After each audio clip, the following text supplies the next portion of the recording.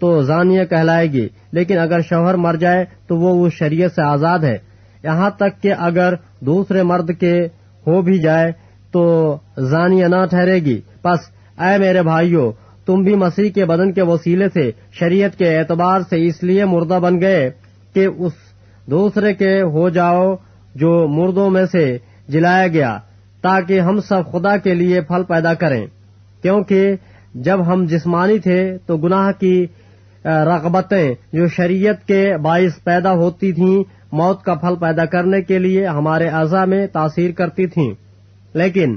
جس چیز کی قید میں تھے اس کے اعتبار سے مر کر اب ہم شریعت سے ایسے چھوٹ گئے کہ روح کے نئے طور پر نہ کہ لفظوں کے پرانے طور پر خدمت کرتے ہیں۔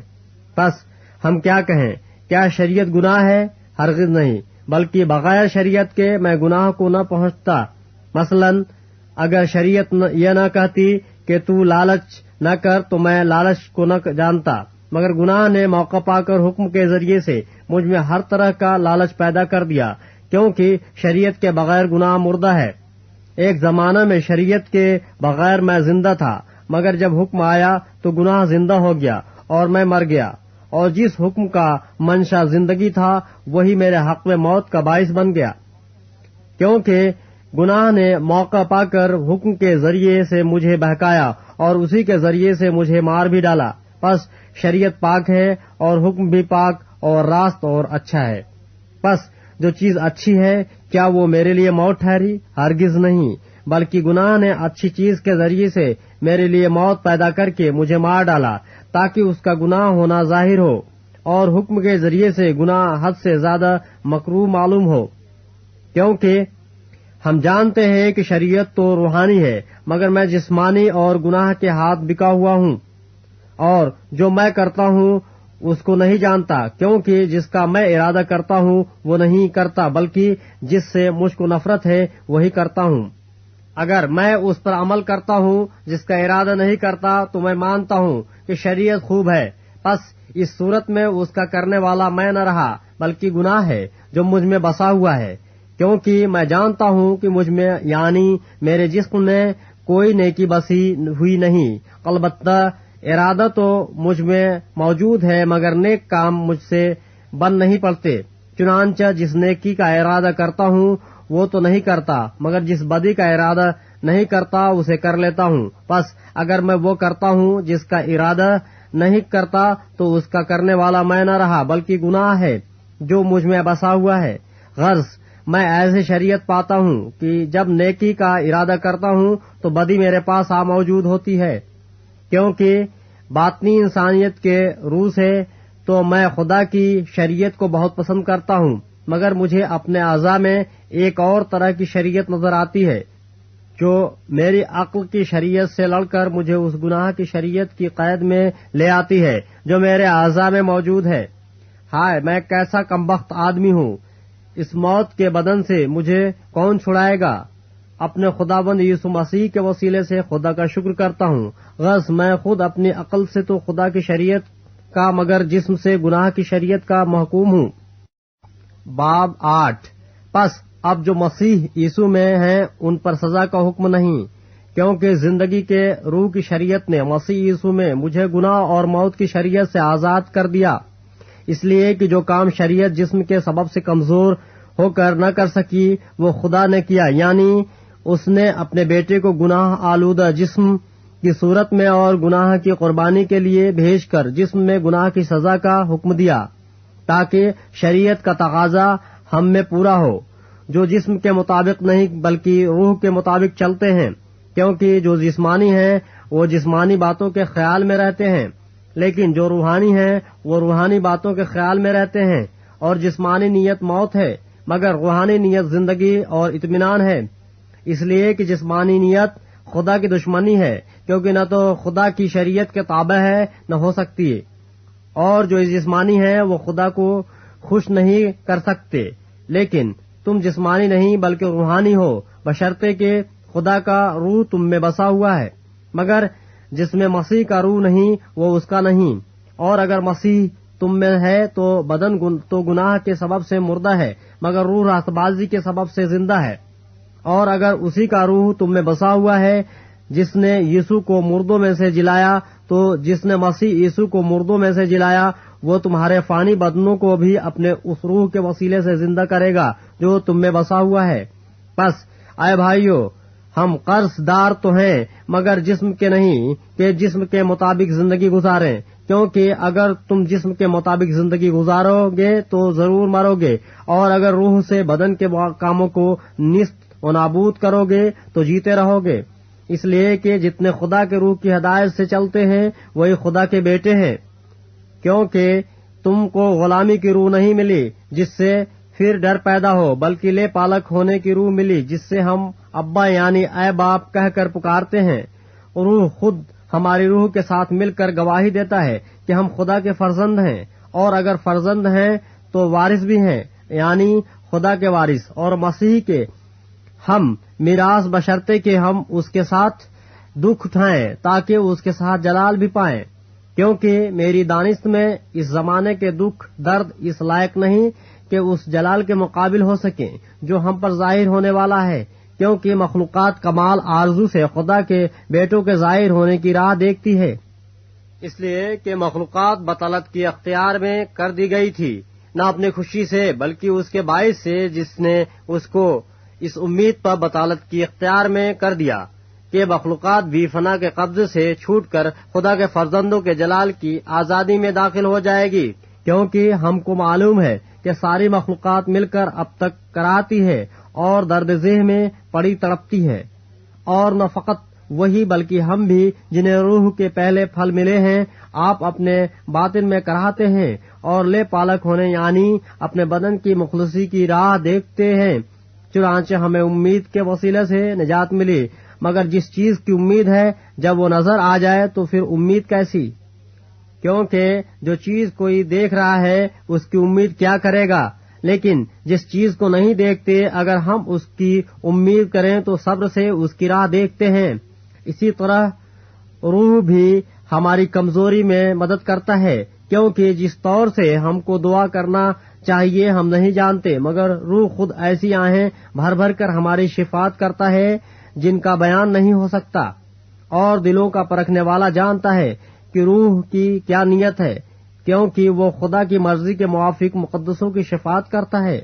اور ہم کو معلوم ہے کہ سب چیزیں مل کر خدا سے محبت رکھنے والوں کے لیے بھلائی پیدا کرتی ہیں، یعنی ان کے لیے جو خدا کے ارادے کے موافق بلائے گئے، کیونکہ جن کو اس نے پہلے سے جانا ان کو پہلے سے مقرر بھی کیا کہ اس کے بیٹے کے ہم شکل ہوں، تاکہ وہ بہت سے بھائیوں میں پہلوٹا ٹھہرے، اور جن کو اس نے پہلے سے مقرر کیا ان کو بلایا بھی، اور جن کو بلایا ان کو راست باز بھی ٹھہرایا، اور جن کو راست باز ٹھہرایا ان کو جلال بھی بخشا۔ بس ہم ان باتوں کی بابت کیا کہیں؟ اگر خدا ہماری طرف ہے تو کون ہمارا مخالف ہے؟ جس نے اپنے بیٹے ہی کو دریغ نہ کیا بلکہ ہم سب کے خاطر اسے حوالہ کر دیا، اور وہ اس کے ساتھ اور سب چیزیں بھی ہمیں کس طرح نہ بخشے گا؟ خدا کے برگزیدوں پر کون نالش کرے گا؟ خدا وہ ہے جو ان کو راست باز ٹھہراتا ہے، کون ہے جو مجرم ٹھہرائے گا؟ مسیح یسوع وہ ہے جو مر گیا بلکہ مردوں میں سے جی بھی اٹھا اور خدا کی دائنی طرف ہے اور ہماری شفاعت بھی کرتا ہے۔ کون ہم کو مسیح کی محبت سے جدا کرے گا؟ مصیبت یا تنگی یا ظلم یا کال یا ننگاپن یا خطرے یا تلوار؟ چنانچہ لکھا ہے کہ ہم تیری خاطر دن بھر جان سے مارے جاتے ہیں، ہم تو ذبح ہونے والی بھیڑوں کے برابر گنے گئے، مگر ان سب حالتوں میں اس کے وسیلے سے جس نے ہم سے محبت کی ہم کو فتح سے بھی بڑھ کر غلبہ حاصل ہوتا ہے، کیونکہ مجھ کو یقین ہے کہ خدا کی جو محبت ہمارے خداوند مسیح یسوع میں ہے اس سے ہم کو نہ موت جدا کر سکے گی نہ زندگی، نہ فرشتے، نہ حکومتیں، نہ حال، نہ استقبال کی چیزیں، نہ قدرتیں، نہ بلندی، نہ پستی، نہ کوئی اور مخلوق۔